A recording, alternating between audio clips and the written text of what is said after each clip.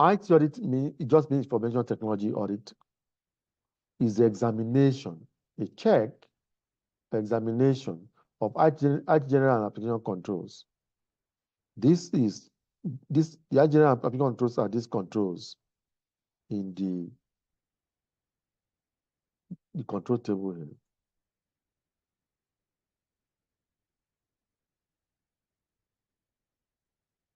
So these are the IT general controls and application controls. Control built into the app. General controls are just protection. For instance, that general control is made up of access control. How do we control access to the system? Example of how we do that is to set the password, put password protection on that thing, so that whoever wants to log in must use password. You are controlling access to it. You don't want it to be open to everyone. We can do change management. We manage changes to it so that nobody can just go there and make changes they want. It has to go through approval process. Management must authorize the change. It must be tested. It must be approved by management to move to production. There will be separation of duties among who do those things. We'll talk more about that. And the IT operations will make sure the system is being backed up. And the scheduled jobs on them are being monitored. So application controls are the one built into the app. These are controls around the system environment, the IT general controls, or ITGCs. But the application controls, they are built into the app. For instance, you have this edit checks or validity check. These ones are the ones that make sure that whatever entry you are putting on the system, on the application, is valid. You see? Ensure that only valid data is inputted. Like we're asked to make payment. I say you must put your amount you want to pay here. You must, in one field, you must put the purpose of your payment in another field. If you mix them, or if you switch them around, the system will give you an error message. That online payment asks to make payment. Because that thing already, so when you are filling some form online, you will say, this is asterisk. You need to fill out this one. If you don't fill them out, you cannot move forward. There's a specific need for those information. And if you put wrong things there, the system will give you an error message. Those are application controls. They are controls built in the app itself to make sure your entries are valid, to make sure you're not making errors on the application. See all those online applications, we fill them to get things done online. They will have asterisk field that you must provide information for. And if you make errors, they'll give you error message. Those are application controls. Example. So those are what we test, these agile application controls are what we test within the information system and the IT infrastructure that support the system. The applications, the system is made up of applications. Like SAP, the application are business software that businesses are using, like SAP, Oracle, Financial, PeopleSoft. These are large systems. Businesses use them. They're just the business software. For instance, if every business has their own software for doing their business, for tracking their transactions, recording their transactions. If it's a bank will have a banking software. If it's a retail company like Walmart, they will have retail software. Those are their business applications. But these are just examples. SAP, Oracle, Financial, PeopleSoft. This one, a large one called Enterprise Resource Planning System, ERP systems. Because they have modules.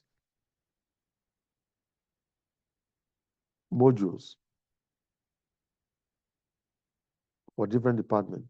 They have financial module, they have HR module, marketing module. So you can connect all the modules together, you still have one single ERP system called SAP or Oracle Financial or PeopleSoft.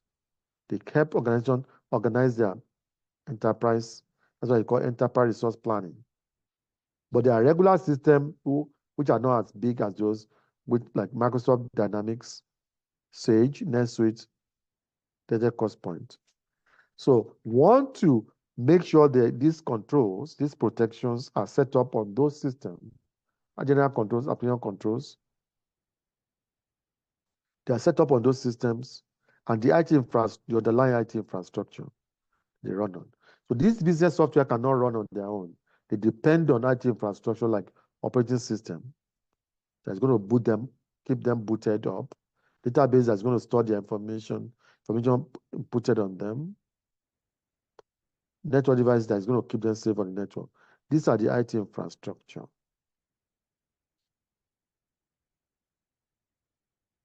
Operating system, database, network devices. We want to make sure this IT infrastructure component of the system are also protected with those controls, at general application controls. Okay, so you already saw what you already have an idea of what an operating system is, like your Windows 10, Windows 11. Database, I just show you what a database looks like. Network devices could be things you see in your control panel here, like your firewall control panel. Just search for it.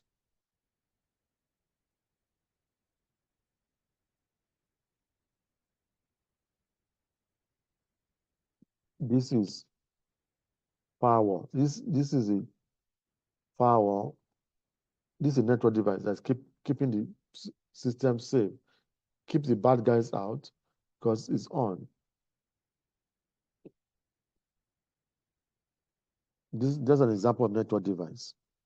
We'll talk more about the others later on. So we want to make sure that auditor will check, examine if these general application controls are on the system, the application, as well as the IT infrastructure.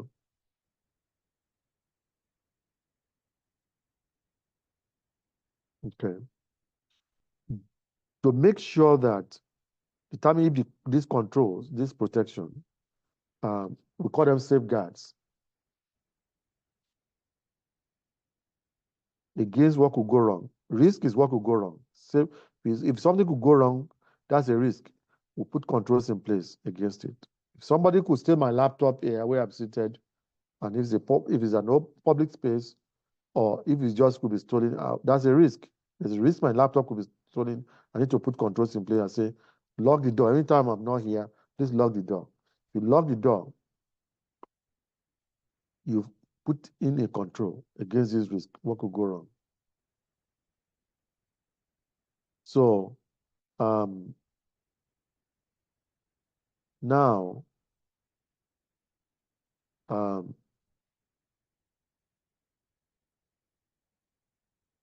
so we want to determine if those controls truly, if they are properly designed, if they are in place, proper and in place, and operating effectively, consistently. If those controls are there, for instance, if you lock the door, that's a control that's designed properly. It can stop my laptop from being stolen. That's appropriately designed. But it's not just enough to be in place. It needs to operate all the time, or it needs to operate effectively or consistently. So every time I'm not here, they have to lock the door. It should not be hit and miss. So because the time they drop the ball, they don't lock the door is when somebody will sneak in and steal my laptop. It has to be up. It has to be consistently applied. And there's a way we can test this consistency. I can say, I was not here 30 times during the year. I want to see evidence that that door was locked 30 times. But I will not look at all the 30 times. Just pick a sample. 10% of the sample of 30 is just 3. I say, I want to see evidence that that door was locked. We don't look at the beginning of the year, the date of a check or audit. I want to see if that door was locked on maybe January 5. Maybe, maybe April 15. Maybe yesterday. Now I got the 3. out of the 30 times I was not here. And I will see evidence, okay, that truly that control is in place. They can give me a screenshot of the door, the log of that door that showed timestamp of when it was locked and open. You only need to see a sample of 10%, which is 3, to confirm that the controls are operating effectively, because that's a must. So that's a must. So now, and it could be, the question could be, does your system have firewall like this one? Say, oh yeah, has firewall. They'll give us the evidence. Who gives us the evidence? The system administrators who are in charge of the system. They log into the firewall section of the system and they capture the screen and give it to us. Now, whatever they are seeing on the screen, they give it to us. And how do they capture that? Because they want to, for instance, my question was, it was firewall on. They want to, this answer the question. Firewall state is on. But they need to give me a screenshot to verify. So I need evidence. I'm not just going to take their word for it. So they can give me a screenshot. How do they capture the screenshot? You can press the print screen on their keyboard. PRTSC is what mine says, beside my space bar. If I press it, I just press it now. It will freeze my screen and I can highlight the part that I want to capture. See, my screen is already frozen. I just say, I only want this part. I like that part. So that I can show the firewall state is on.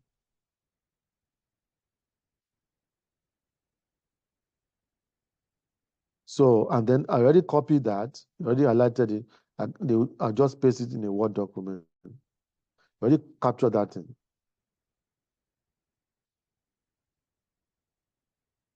So right click and paste it. That's it, and that's what they will send to me. Okay. And I see the firewall is on, I give it a pass. If it says off, or they have no evidence, then I'll fail it. It's a control failure. It's a finding. They need to fix. I'll put in my report that this is not in place. So they can give me a screenshot like that, or they can use a snipping. You can just press the print screen, or they can use a snipping tool. It's a free tool. Windows called snipping tool. If you search for snip, it will come up.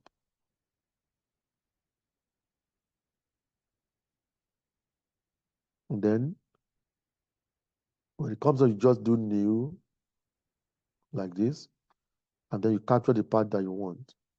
You might say you only want to see this one because you only care about this firewall state being on.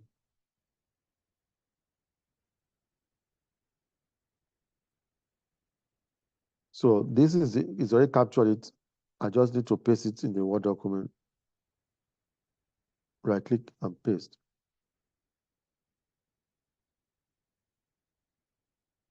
That's how we get the evidence we need for the system administrators. They will give us the proof that these controls are in place. So controls in place is operating effectively to achieve the internal control objectives as defined by COSO.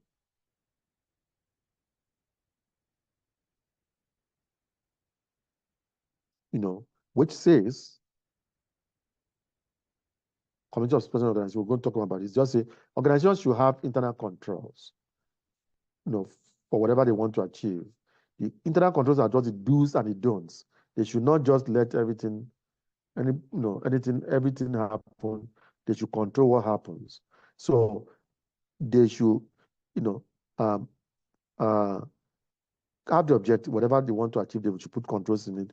The major objective of putting controls in place is to achieve effectiveness and efficiency of operation.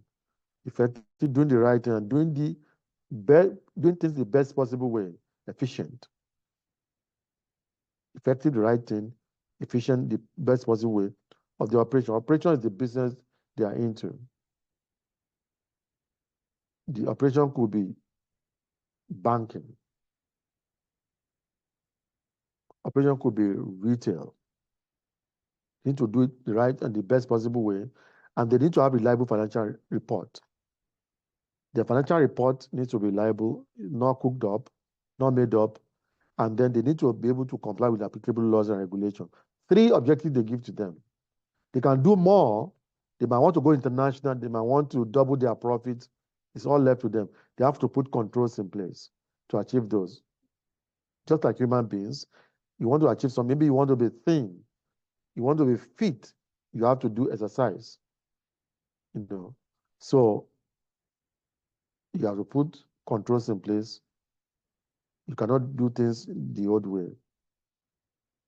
So, but these are, achieving financial, effective and efficient operation, reliable financial reporting, and comply with applicable law and regulations is what COSO tells them they must achieve as the basic internal control objective. So we test those controls, test these things, get evidence for them, for the system and the IT infrastructure component of the system, for the applications, IT infrastructure component of the application, the system, to make sure that these controls, to determine if these controls are there and operating effectively to help the organization achieve the objective of those key 3 objectives of having effective and efficient operation, reliable financial report, and complying with applicable law and regulations. And IT auditors are called, given job titles like IT risk and compliance analyst, IT compliance analyst, IT internal auditor. If you are in-house auditor for your employers, can also be external auditor coming from CPA firm, IS operational risk and anything IT or IS, information system, information technology, risk and control consultant. All these are IT audit positions. We're not just called IT auditors. We also have other titles, but it still boils down to IT audit. So that's the meaning of IT audit, just a check of our general application controls on the applications as well as the IT infrastructure component of that system to make sure they are in place and they are working effectively, consistently. We take samples to confirm the consistency. You see how that is done later on. Now, our major projects are 4. Will soon be done here. So the first one, as an IT auditor, we support financial statement audit, which is the audit of income statement and balance sheet. See, business have financial statements, and we support the audit of that. Now, we look at the IT part of that. The financial auditors look at the financial side of things. Now, the financial statement is made up of income statement and balance sheet. So business have income statement another name for it is profit and loss statement, where they list all their revenue, total it, they list all their expenses, they net them. Total expense deducted from total revenue will give them a profit. That's income statement. And that needs to be audited to make sure that it's accurate by financial auditors. We support them in the process. Business also has balance sheet, where they list out all their assets, one side, total. All their liabilities, one side, total. And net off the liability from assets, so you can see their net worth. What is the asset value they have beyond and above their liabilities? That's a net worth. Or it's also called equity. So that's why we say, you have equity in your home because the value of your home is higher than the loan you have on the home. Your mortgage loan is lower than your property value. They say, oh, you have equity in your house. That's an asset to you. If it's the other way around, if your bank loan is more than the value of your house, they say you have negative equity. You're actually owing the bank. If the bank decides to sell your house, you have to pay them money on top of it. So we call it on the personal level, we call it network statement, but the business call it balance sheet. So this is audited by financial auditors. the accountants among us. We are not accountants, but how we help them is to check the system that generates this financial statement. We test IT audit, we test general application controls on it. We say, oh, that system has access controls, it has change management process, it has IT operation. Then financial auditors can be comfortable with that system. That's how we support them. And they can do less work. They can do less vouching. Because they are looking at vouchers, receipts. That's how they do their job. You want to see nothing is cooked up, nothing is made up, everything has substance. They do substantive test, vouching, substantive test. They want to see vouchers, receipts. It's not that, oh, we saw a big number and we don't see support for it. They want the support for those numbers. It's what we call vouching or substantive test. So, but once we can tell them that, oh, the general controls are working on that system, then they can trust the system is reliable, then that financial statement can also be trusted to a large extent, has been accurate. They can cut down the amount of work they do during the financial statement audit. Because we got them comfortable on the system that generates those numbers. That's how we support the process. We don't need to understand financial statements or balance sheets or income statement. That's for the accountants. But we need to understand the IT controls on those systems and report the status to them, to the financial auditors, so they can reduce their vouching and get the job done quickly. And for that reason, we get paid, we get higher pay than them because we are seen as technical resource. Even though they do more work than us, we are technical because we are IT people. If we are looking at a voucher of 10,000 above before, because they always draw the materiality amount. So this materiality amount, to this business, 10,000 is important. If 10,000 is missing, the financial statement will be wrong. It will be inaccurate. They will look at vouchers of 10,000 and above. But we tell them the IT general control, application controls are on that system. They are there, they are working properly, consistently, then they're operating effectively, then they can raise their materiality amount from 10,000 to 100,000. So we don't want to see voucher of 10,000 anymore, 100,000 and above. Now we are comfortable with the system. System is reliable. The financial statement can be trusted also to a large extent. Let's raise a materiality amount to 100,000 and above. Now they look at 100,000 above vouchers. Work is quick now. That's how we support them, by testing these controls for them and getting them comfortable with those systems that are generating the numbers. So that's one of the projects we do, support financial statement. We also do internal audit work. We are in-house auditors. We audit different departments in the organization. We see what the procurement is doing, what HR is doing. We're internal auditors. Make sure they are following the process laid down by management. We can do SOX testing, annual internal control testing, called SOX testing. If the company is a public company, like Coca-Cola, Facebook, Amazon, they are owned by the public because they sold shares to the public. We can do so. There's an annual requirement to test the internal control every year, to test these controls every year. Call it SOX testing, sabinously testing. Just SOX, just annual internal control testing of internal control check of this annual check of these controls. Called it SOX testing. It's a project too that we do as an internal auditor.